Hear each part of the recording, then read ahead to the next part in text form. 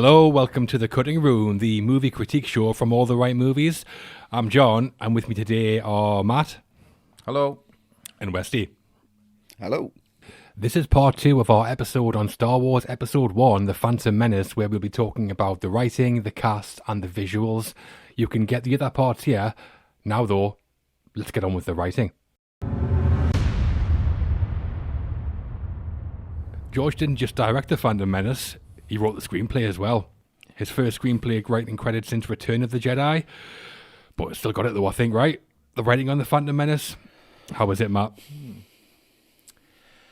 It's almost promising because there's the bare bones of an interesting Almost plot promising. there. It's almost promising. I know that's damning with fair praise, but it is. It's just because there's the bare bones of a decent plot there. New characters, new planets, new aliens, new ships. Okay, this is different. This could work, but it just starts to fall apart quite quickly for me. And I just want to highlight two things that stick out for me. The first one, and I know this isn't original, everyone says it, but it does need repeating. Why is this film about the taxation of trade routes? I know. Like, Yeah. Who does he think that's appealing to? Because this film starts and it's like the Star Wars logo, boom, the music, yes, he comes in opening crawl. And you're like, hold on, what? What's that? What? Yeah. A trade route taxation? What? Are we in the right film? Is this Austin Powers? Have we come to see Austin Powers by mistake? And it just becomes so cringeworthy because Lucas continues to double down on that throughout all this talk of, trade franchises being revoked. Oh, the Senate's doing this, the Senate's doing that. It's like he sat there going, yeah, here we go. This is stuff for the grown-ups. This is what they're going to enjoy. Grown-ups like politics and, I'll stick that in a Star Wars film. What? Committees, meetings. I don't want to see a committee in a Star Wars film. Exactly. All the political... I've seen all the presidents, man. This is good. And it just... it's so cringy. That's one bit that has, aged well. It continues to get worse, to be honest. And the second thing for me that goes wrong in the writing, it's focusing the prequel on this little kid because... That's Lucas essentially saying, you see this little kid here, blonde hair, blue eyes, cute as a button. I'm going to completely destroy his life over the next 3 films. I'm going to put him through hell. Yeah. Have fun. I think that's such a misjudgment. It should be starting with Anakin as old as he is in Attack of the Clones as, either an older teenager or as a young adult, because that's easier to take. You don't need to see him as a little kid. It's not this grand tragedy that Lucas thinks it is, seeing him so young and so, cute and just a nice little kid. It's just mean-spirited, to be honest, I think, introducing him like that and then just destroying his life. So there's lots to dislike about the writing. There is, like I say, the bare bones of the plot could have worked with a bit more, like, attention to detail and really thinking things through and jettison a load of stuff about tax, but... No, the writing, it falls apart pretty quickly, unfortunately. Yeah, I think if we were to write down, and this goes for the prequels as a whole, not just The Phantom Menace, I think if we were to write down as a very short treatment the narrative and describe what happens, we'd probably go, yeah, that sounds pretty good. The spine of the story is basically the fall of Anakin from Jedi Knight to Darth Vader, and going on around that is the fall of the Republic and the rise of the Empire, like how fascism can take over society. So there's potential there for some depth as well. That and the Star Wars idea could be fantastic. The problem with the writing is everything from that point on, basically. Taking that idea and turning it into a screenplay is so bad. The characters, first of all, in a story, characters' personalities are meant to drive the story through the decisions they make. Character, story is character, so they say. So you mentioned it before, Westy. In this, who is the main character in The Phantom Menace? Yeah, exactly. Yeah. Anakin has an arc, sort of, but he doesn't come into the film until 45 minutes in and he makes no decisions, so it can't be him. Qui-Gon makes the decisions, but he dies at the end and he has no arc. Obi-Wan is just there in the background. It doesn't do anything until the final 5 minutes. So there is no main character. There's no protagonist, which is such a basic error from someone as well who was very big on protagonists in the first Star Wars film. It's so bizarre. Lucas has a story and then just has the characters behave however he needs them to in order to progress that plot. So there are no characters. They're all just plot devices. He's forgotten how to tell a story, I think. And then, the plot holes, we could do an entire video just about the plot holes in The Phantom Menace. The whole Trade Federation and the Emperor's scheme thing, that's like Swiss cheese in terms of the plot holes for picking it apart. But there's one moment which bothered me when I first saw it, and it still bothers me now. You made an allusion to it before, Westy, but in the first act, on the Trade Federation ship, Qui-Gon and Obi-Wan are attacked by battle droids, and they end up making their Right. escape by running off down the corridor super fast. Like they're Yeah. gone in seconds. Yeah. So we're like, Yeah. all right, Jedi can do that now. That's new. Cool. I mean, you've set it up early on. Great. Then in the final And act, just like jumping down when they're jumping down into where the ships are all based, massive. Yeah, lads. yeah, exactly, You yeah. see them in a wide shot, and they're just jumping, and you say, "Oh, they can do anything." yeah, great. And that's all the first act, Yeah. so I buy it. Fine. But then the final act, Yeah. Qui-Gon and Obi-Wan, a lightsaber fighting Darth Maul. They get separated, and Obi-Wan's running Yeah. to catch up. A life and death situation, and he's just running like a normal guy. Did Lucas forget that he told us Obi-Wan could run really fast? It's like that check. After he's just jumped up as well, about Yeah. 300 feet. Yeah, I know it's crazy. It's like that Chekhov's gun, Madness. one of the most basic writing principles where you hang a gun on the wall in the first act, you've got to make sure someone fires in the third act. Here, Lucas hangs like a blunderbuss on the wall in the first act and then puts Obi-Wan in a situation where the very thing that he needs is a blunderbuss, but the blunderbuss never even gets mentioned. It would have been great as well if Obi-Wan had jumped up and then like took off towards them super fast. Would have been like, oh yeah, I forgot he could do that. That's really good. But the only reason not to do it is that Lucas completely forgot that he told us about it. And that lack of attention to basic writing is all the way through the film. I mean, I wonder if Obi-Wan woke up in a cold sweat that night and he was like, shit, I should have run really fast. He's dead now. My fault. It's all my fault. So I think there's a good story here from a high level. But George, why didn't you get somebody else to write the screenplay? Yeah. Crazy. Yeah. And Westy, what about you and the writing of the Phantom Menace? The only thing worse than the direction of the Phantom Menace is the writing of the Phantom Menace. Did he write this in crayon? Just sprawl it on his wall. It's just like you said, there's no arcs, there's no main character. The dialogue is just unbearable at times. When they're trying to sit around at like the start of the film and they're talking about, a lack of communication could only mean one thing: invasion. Well, I think it might be more. It could be more wrong because your signal's just gone down. It's just so. It's Your just Wi-Fi's so, gone out. That's all. Yeah, that's it. That's it. It's invasion. But, all right, mate. He's jumping to conclusions a bit there. Right, calm down. Check the signal first. Someone might have just knocked the plug out or something. But it's just absolutely ridiculous. Negotiations. We've got no communications. It's just why have a line in there that rhymes like that? It's just impossible to listen to and impossible to say. And it's just the flitting around the room, and he's trying to give some seriousness and some depth to some characters, and then Jar Jar Binks is introduced, and that dialogue is just so bad. Excuse me. Everything he says is so bad. The choices he makes for the actors and for some of the extras in there, for that thing when they go under the water and he's just like, like that for ages. Yeah, it's horrendous. Get out of my face, man. Absolutely rubbish. I thought- How did I put up with this? Is that Brian Blessed? Yeah, Boss but Nass. it's just like, but it's just way over the top, and it just doesn't work. And it's just Terrence Stamp's in there. Yeah. You forget about know. that. And he was looking forward to acting with Natalie Portman in the scene, and she wasn't on set that day. And George Lucas said, "I'll just act against this," and put a bit of paper in front of him with his lines on it. And he just had, that was his direction, that was his writing. Yeah. That sums up George Lucas. It's just a stick with an A4 bit of paper on Yeah. it and crayon sprawled across Terrence Stamp. It's Terrence Stamp. Yeah, I know. Do you know what I mean? And he's like, he turned down roles in the other two films because he said it was just an impossible way to act. It was just so boring. It just wasn't very good. But there's nothing I can say that you guys haven't already said. It's just a very messy, very muddy, very confused film, and I don't understand how anyone in the right mind could have read this and just went, George, this is a bit shit, mate. I know. That's what. Do you know what I mean? That's what I mean. That's it.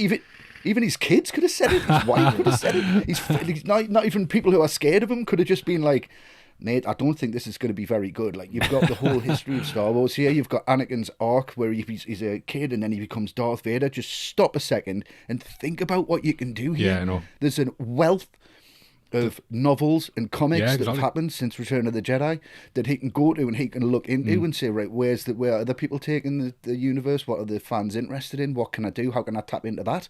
And make something Absolutely. incredibly deep. But he didn't. Yeah.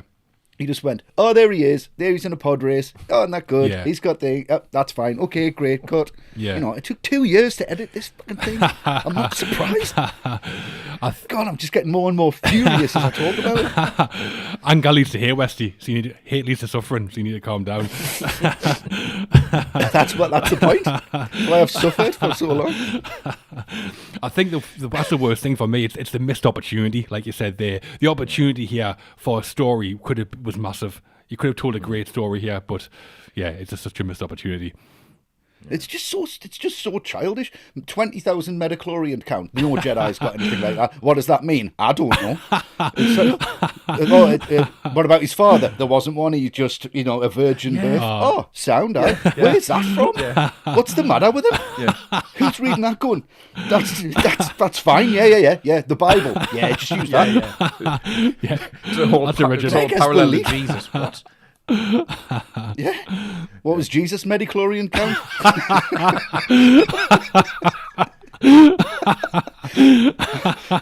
as Qui-Gon Jinn's talking into a Gillette Sensor XL razor for women.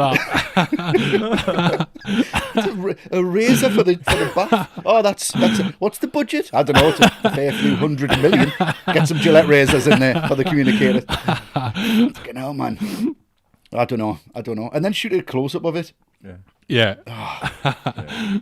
Some of the ideas in this, though, you can tell. Like, he thought of the poster fit. Yeah, because that poster is amazing, the one of Anakin in the shadows. The shadow. The shadow is fit. You can tell he thought of that and went, yeah, that'll be the film. Without thinking, do you not want to maybe see if that works as an idea? I mean, fair enough, it's a cool poster, but do you really want to... Yeah, that's a cool... We'll do one poster. Yeah. Sums it up. Yeah, you need more than one shot in a film. Yeah. The Phantom Menace cast was a mix of established stars and unknown newcomers. A pretty big cast. So we're going to talk about some of our favourites now. Westy, what about you? Who do you want to go for in the cast? I'm going to go for Liam Neeson as Qui-Gon because I think he's far and away the best performance in the film. That's not hard. But he is great. Mm-hmm. Yeah, I think he looks like he's genuinely enjoying himself, Neeson. He's genuinely having a good time. I think he's quite happy to be there. I think he gets on with Lucas and Spielberg and knows them really well. He's just having a bit of fun. I think he's just not taking it too seriously, and he gives some real weight to the dialogue that he's got. He doesn't make it as half as hammy as MacGregor does, and he just, he does nail that. He nails the physicality. I love seeing him do the lightsaber fights. That one with Darth Maul on Tatooine is fantastic. I think he's just really good. Like when he goes back on the ship and he's just, introduces Anakin to Obi-Wan. I think that's a really lovely moment. There's some really nice moments in that he kind of really sells. And he does that. I mean, who else could do that? Like I said, that Metachlorian count, and I'm sending you a blood sample, and that just he has that real ponderant, I don't know, and you kind of want to watch, and you go, all right, I shouldn't have believed that, but I kind of do because it's Liam Neeson. But I read somewhere that they were building the sets, and they only built them to head height, so then they filled the rest in with computer graphics. But Liam Neeson was so tall they had to rebuild them, and it cost $150,000 just because he was a bit too tall. How tall is Liam Neeson? 150. His eyes about 6'7" or something. Wow. He's massive. Really tall, so that rebuild the sets for it, which was great. But the feeling I get, I watched this again with my son, and he absolutely loved it. And I thought, well, that's who it's for. But he's 5 years old, so that's fine. And it's just very flashy and very visual, and he kind of loved it, and he thought it was great.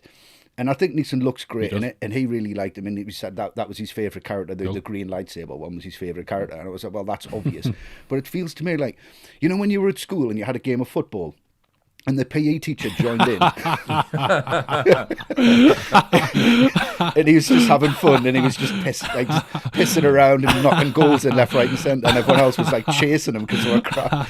That's Liam Neeson in the Phantom Menace. Well, like Brian Glover in Kez. Yeah. Exactly like that. Like somebody's dad joining in, taking the piss. I do know as well that Neeson was so eager to be in the film that he said he signed on without reading the script. I mean, add your own punchline there, to be honest. Yeah, exactly. Well, I agree. Liam Neeson is easily the best performance in the film for me as well. But I'm going to talk about the biggest personality vacuum in the film, Obi-Wan Kenobi. I mean, already iconic from the trilogy, the original trilogy, in terms of a character. I was excited to see young Obi-Wan in there, especially played by Ewan MacGregor, who I liked. But this character, what's the point? What's the point in this character in this film? Does nothing of note until the final 5 minutes. Spends half of it sitting on that spaceship in the desert. And he's always in the background in almost every shot, just always there.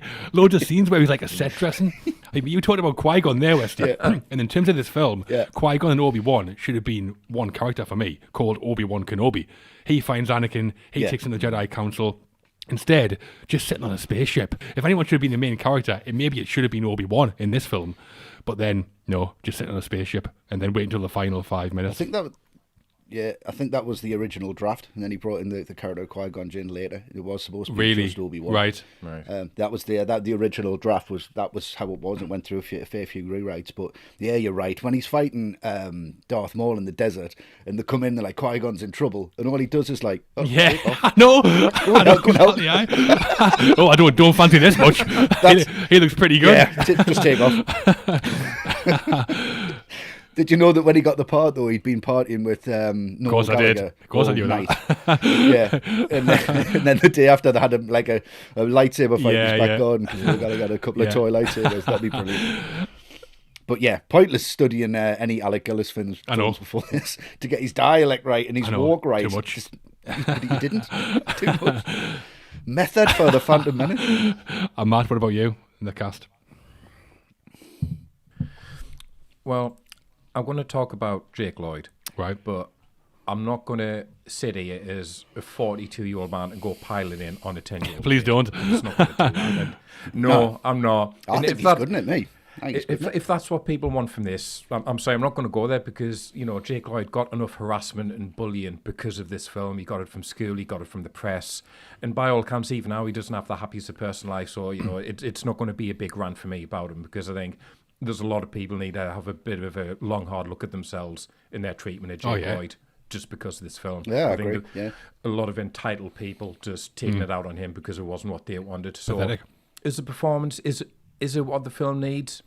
I don't think so, honestly. I think it needs someone like Haley Joel Osment in there, someone who clearly had a real talent as a young actor and who could give the role the depth and the emotion that it needed.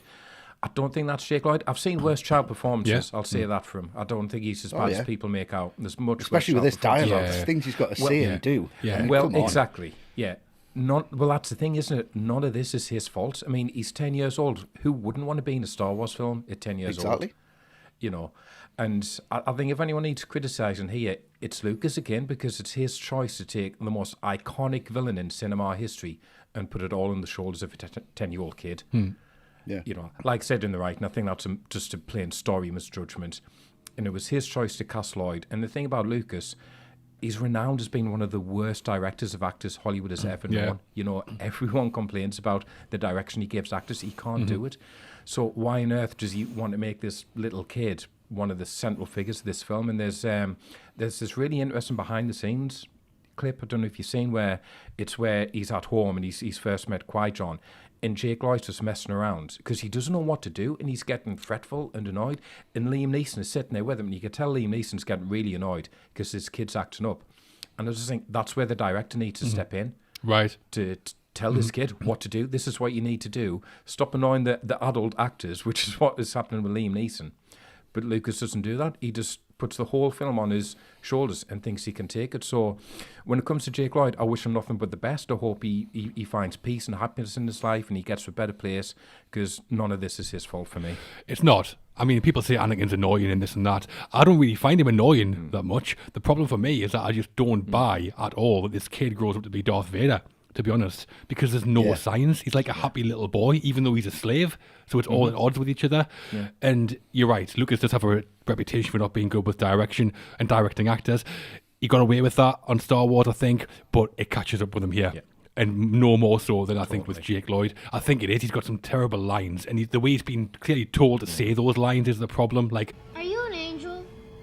You can tell he's been told to say it like that. He must have been. And there is behind-the-scenes footage as well that you can see of the other three kids who were in for the run-in of Anakin, and Jake Lloyd is easily the best actor of the four of them.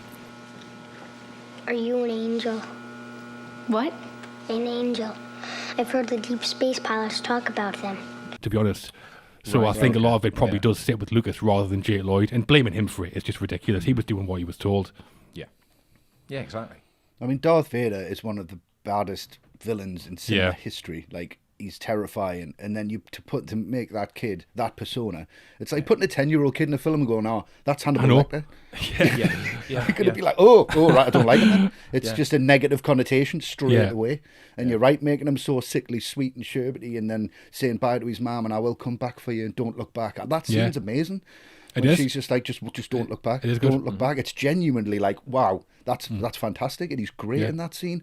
But then you go, oh, actually, he's Darth Vader. So you cannot feel any sympathy for the character because you know where he ends up. And it's just a massive misstep. Well, somebody we haven't talked about there is Jar Jar Binks, the bumbling Gungan. Probably the most divisive Star Wars character ever. Took a lot of the blame for the slamming the film received back in 1999. So now, what do we think of him, looking back at it? Matt?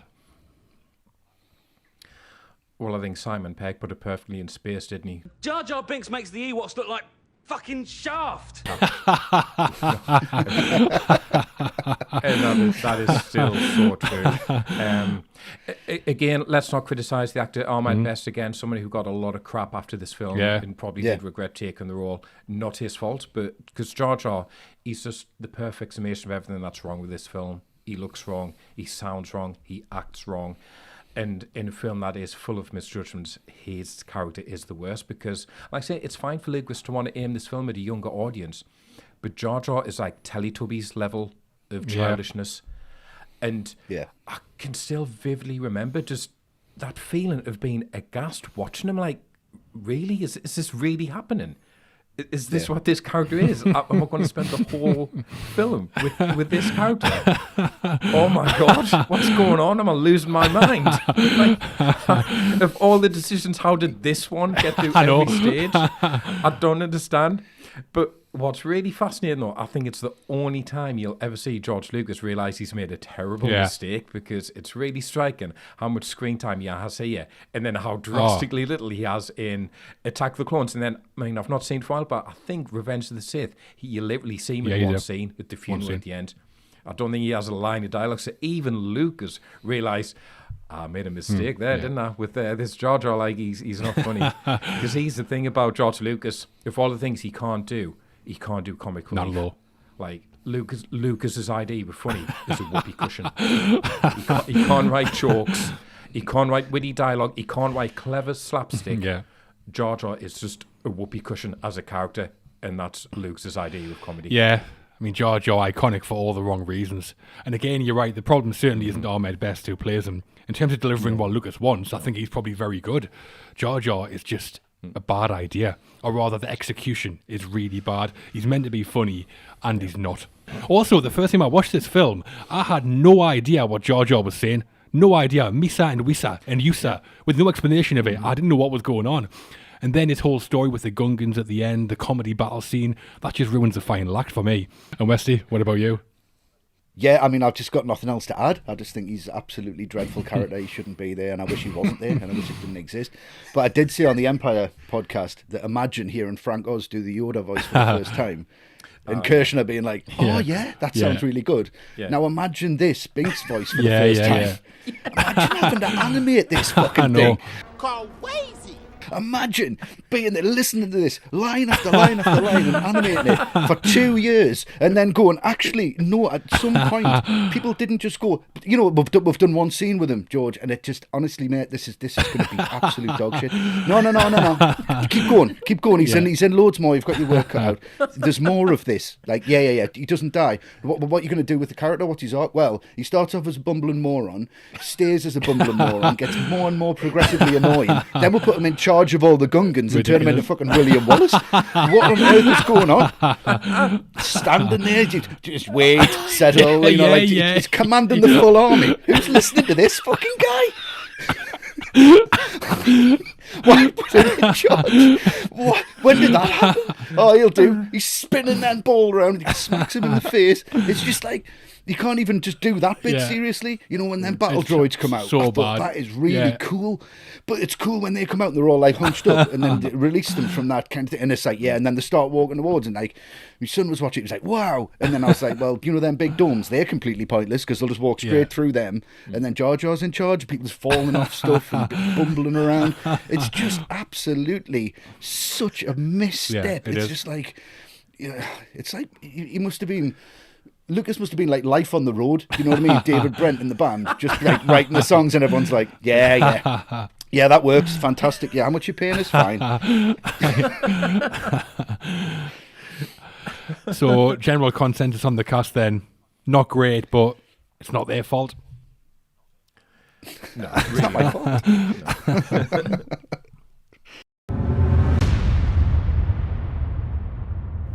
original Star Wars trilogy was hugely cinematic with groundbreaking visual effects, of course, so that's no doubt something George wanted to carry on here.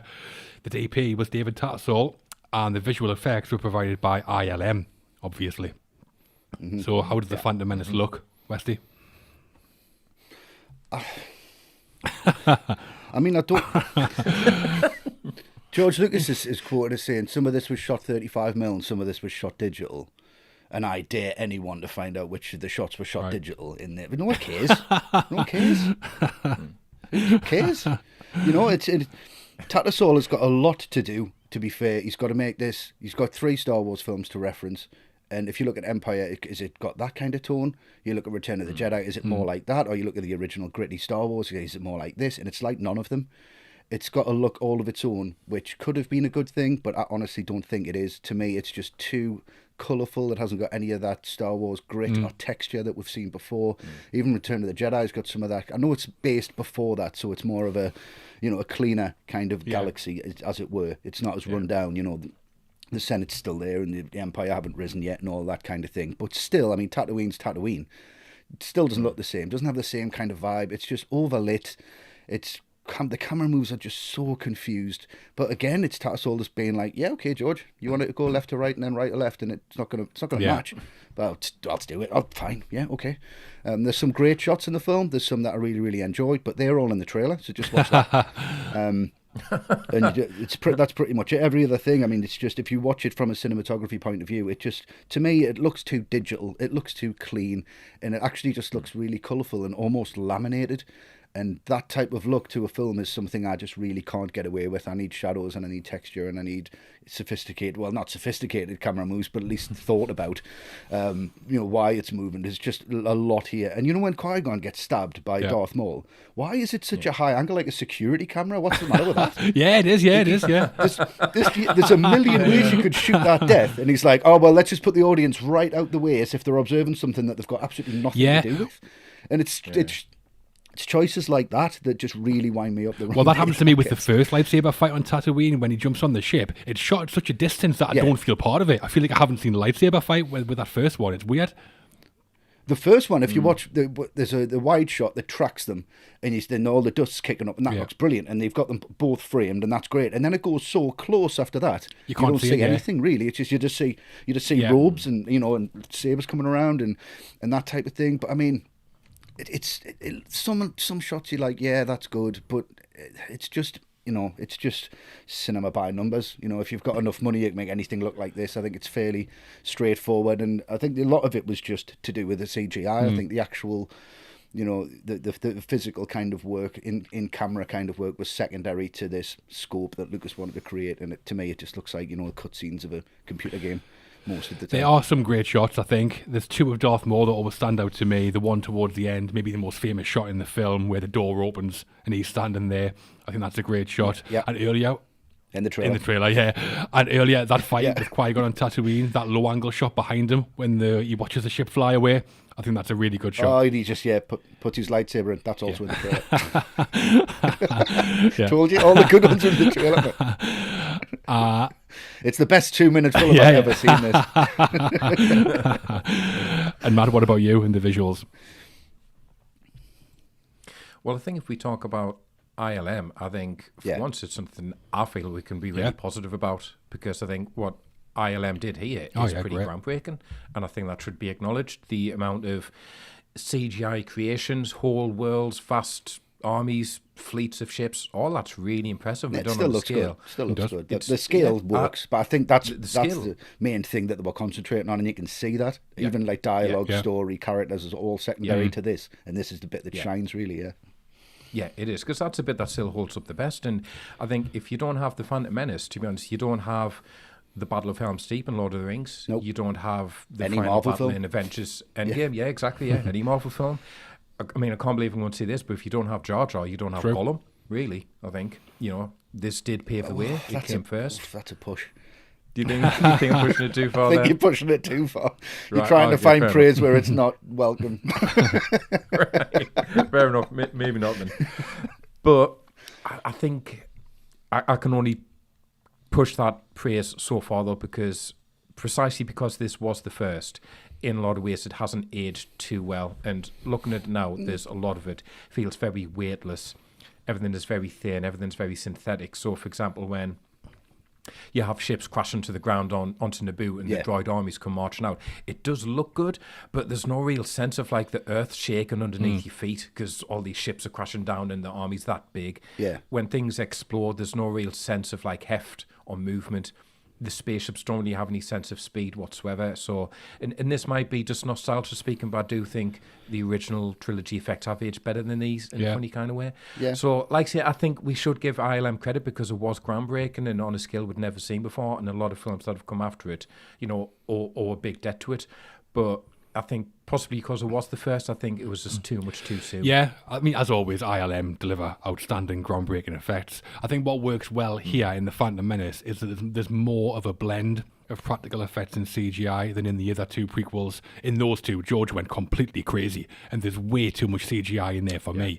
Look like computer games at some points. Here, though, it doesn't always look real. Jar Jar doesn't look always real, but the fact that he's a CGI character in a real place, in a real forest, on a real set, I buy it much more than I do in the prequels, so I'm fine with it, even though he doesn't always look real. And he was the first fully CGI character, so there was groundbreaking stuff going on. And I mean, ILM, fantastic as always. It's one of the few things that you can't pick fault with, I think. Yeah, agreed. So, in terms of the look of the film then, cinematography, visual effects, design work, some of it actually really good. Yeah. Yeah. And that's it for part 2. You've came this far, so please check out the concluding part 3 where we talk about our highlights from The Phantom Menace and then rate the film.